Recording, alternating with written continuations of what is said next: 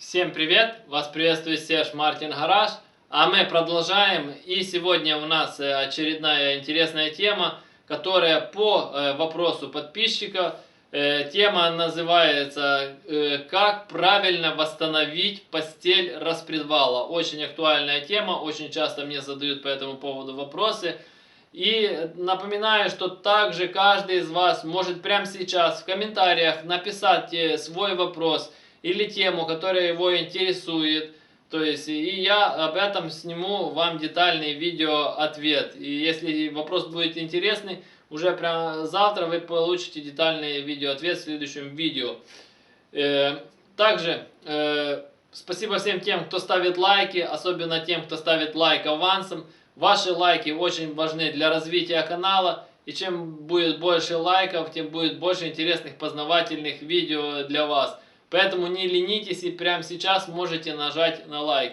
Итак, мы переходим к теме. Так как я занимаюсь доработкой головок блока уже 15 лет, то есть, и соответственно, каждый день их дорабатываю. Мне люди со всей Украины присылают свои головки блока на доработку. Кому интересно, на канале есть об этом много видео. Так вот, и очень часто сталкивается такой вопрос, ну и вот подписчик как раз в комментариях тоже написал, как восстановить постель распредвала. Очень распространенная проблема у 8-клапанных переднеприводных двигателей и иногда у 16-клапанных. И вот, допустим, если у вас 8-клапанник и такая проблема очень часто есть, стучит распредвал в постели, то есть вы начинаете там регулировать клапана, там менять стаканчики, искать, откуда этот противный звук, как будто там едете, а кто-то молоточком там сидит, какой-то гном стучит именно по вашему двигателю, и такой неприятный цокот, и с набором оборотов он все чаще и чаще, то есть. И вы ездите к регулировщикам клапанов, он там колдует шайбами, что-то меняет, но проблема не уходит. Это значит, что у вас разбита постель распредвала.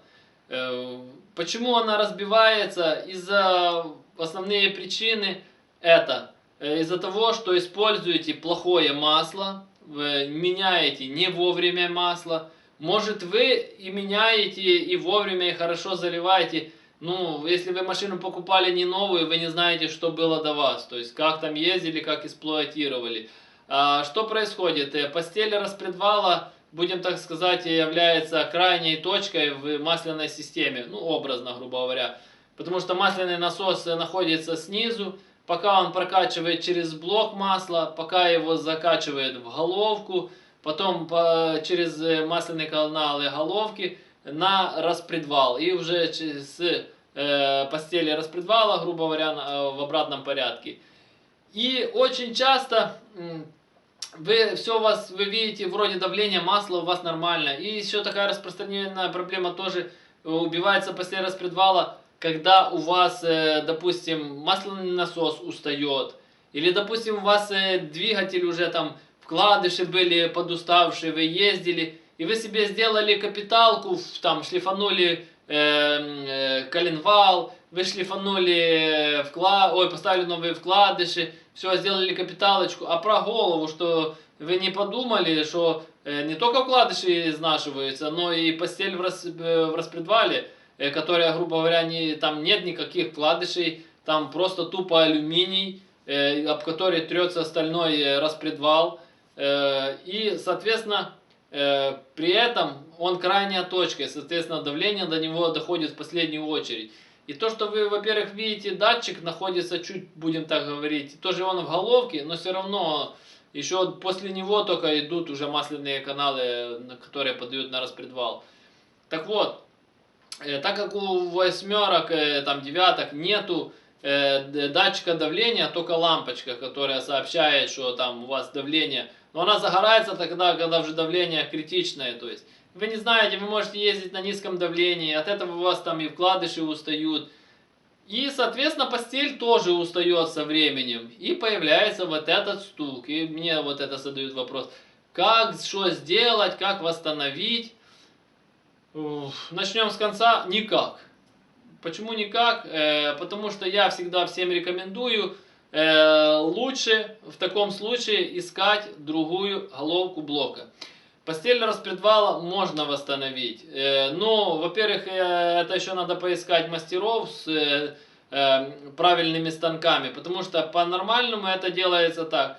Фрезеруется плоскость верхних крышек, соответственно, для того, чтобы крышки подсели ниже, и потом на специальном станке прогоняется фреза, и она прорезает, соответственно, новые постели под распредвал. То есть, но опять же, надо очень точно это сделать. Если там фреза немножко не угадает, или зазор будет больше, распредвал будет болтаться, и со временем это все опять начнет стучать, разбивать, или его подкусит, и, соответственно, он начнет делать задиры, и опять же та же самая ситуация, разобьются постели.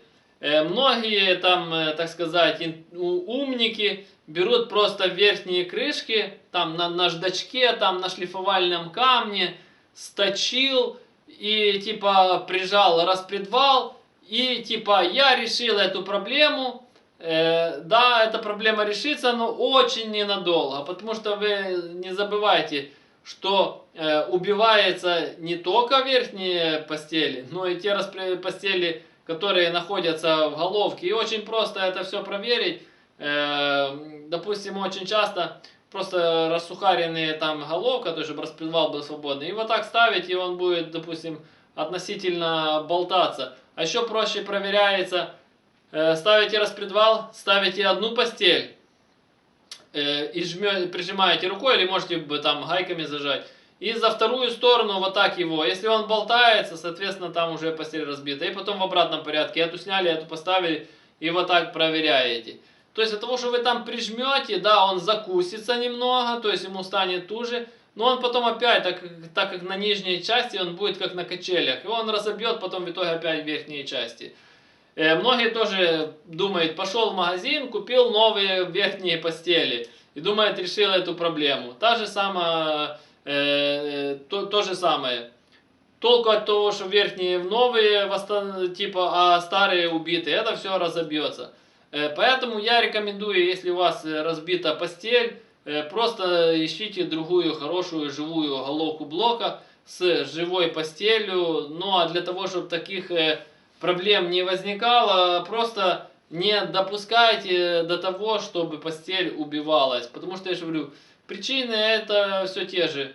Масло, давление, и катаетесь на убитых двигателях до последнего, потом капиталите низ, а потом вспоминаете, что голова застучала. То есть, ну и так же само сам распредвал, то есть нужно смотреть на его состояние. Если была убитая постель, соответственно, она даст износ и на шейке распредвала. Поэтому, если вы нашли другую голову, посмотрите, во-первых, на состояние распредвала, не только постелей. Должны быть живые и постели, и должен быть живой распредвал. Вот так же само простым способом это проверяется, чтобы оно не болталось.